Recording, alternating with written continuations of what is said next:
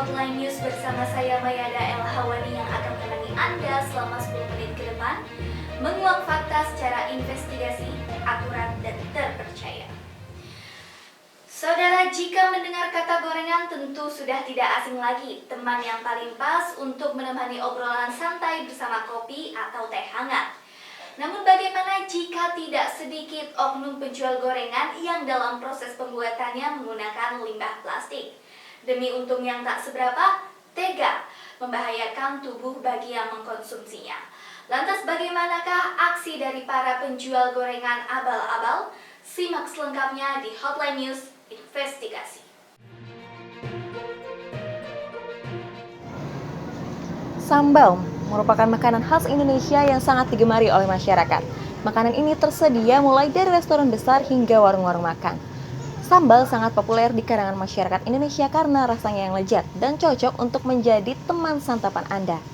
Lalu bagaimana jika ternyata sambal yang Anda konsumsi terbuat dari bahan yang berbahaya? Kami tim reportase investigasi Hotline News mencoba untuk menelusurinya. Berikut liputannya untuk Anda.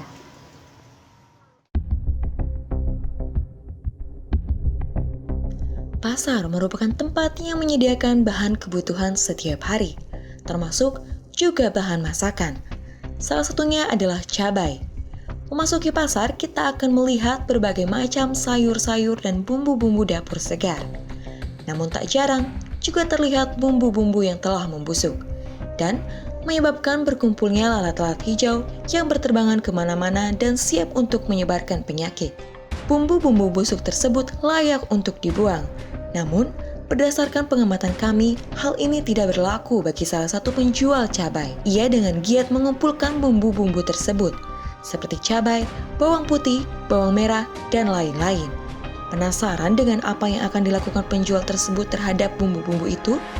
Kami mencoba menelusuri lebih dalam. Setelah ditelusuri, sebut saja Mawar mengejutkan kami yang ternyata ia mengumpulkan bumbu-bumbu busuk tersebut untuk bahan masakan yang nantinya akan dijual. Ini sangat mengerikan. Hasil bahan masakan limbah yang tidak layak pakai lagi kemudian diolah untuk dikonsumsi.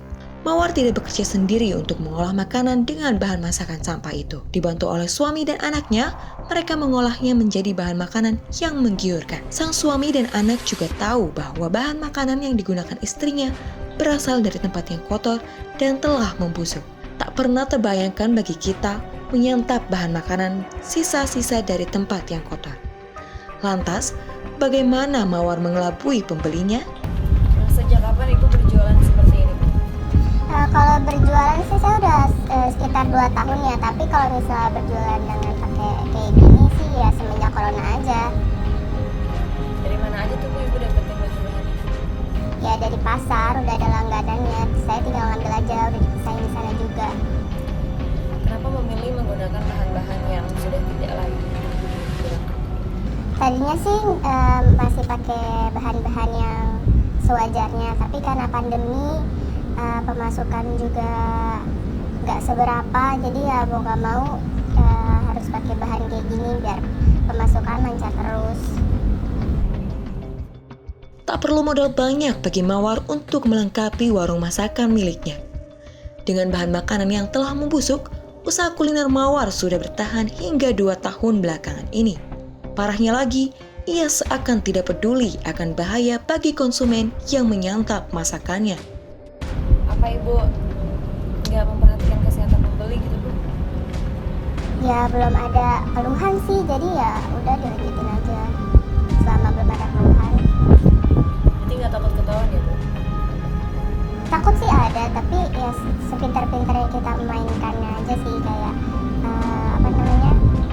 jangan kasih tahu ke orang-orang kita pakai cara yang curang gini. Tapi berarti selama ini belum ada yang tahu. Yang tahu keluarga Ibu aja atau Ibu punya pegawai sendiri atau gimana tuh? Selama ini sih ya saya kerja cuma bareng keluarga saya aja. Saya masak dibantuin anak-anak saya jualan dibantuin suami saya, jadi belum ada yang tahu, sekedar keluarganya aja lah.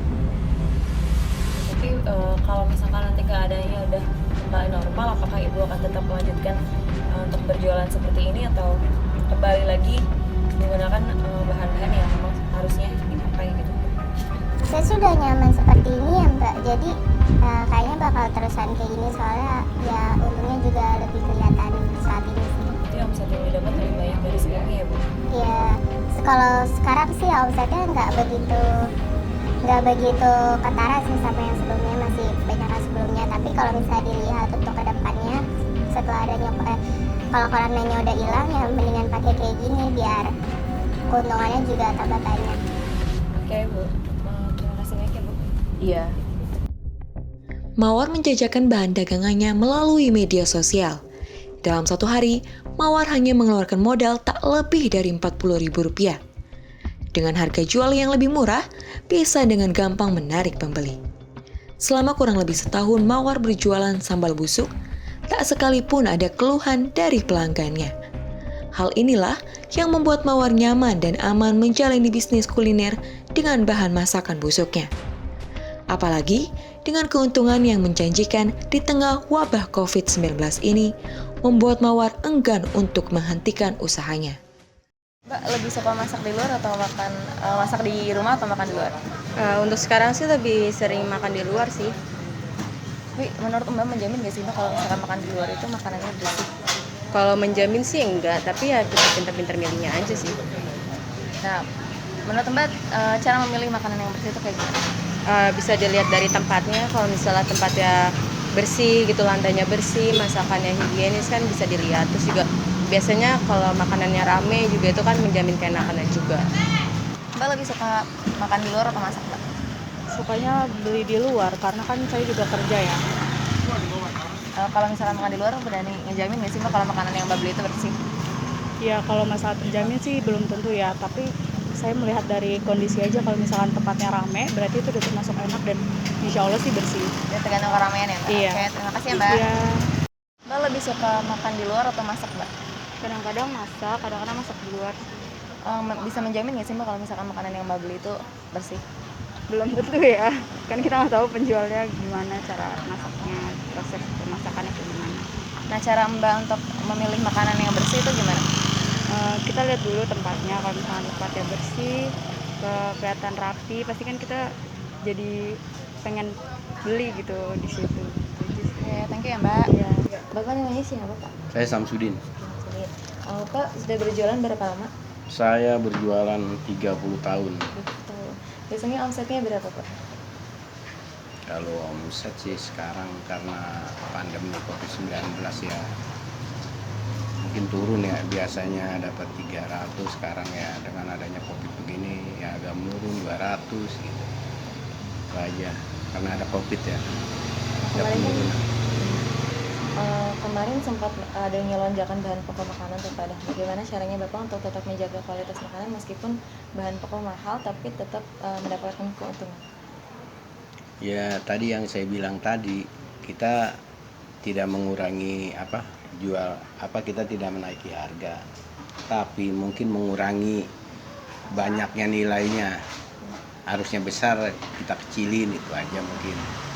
Tapi bumbu-bumbu apa semua standarnya sama, itu aja. Nanti mengurangi porsi aja ya Pak? Porsinya aja yang kita kurangi, kita kurangi. Baik, terima kasih Bapak. Ya oke.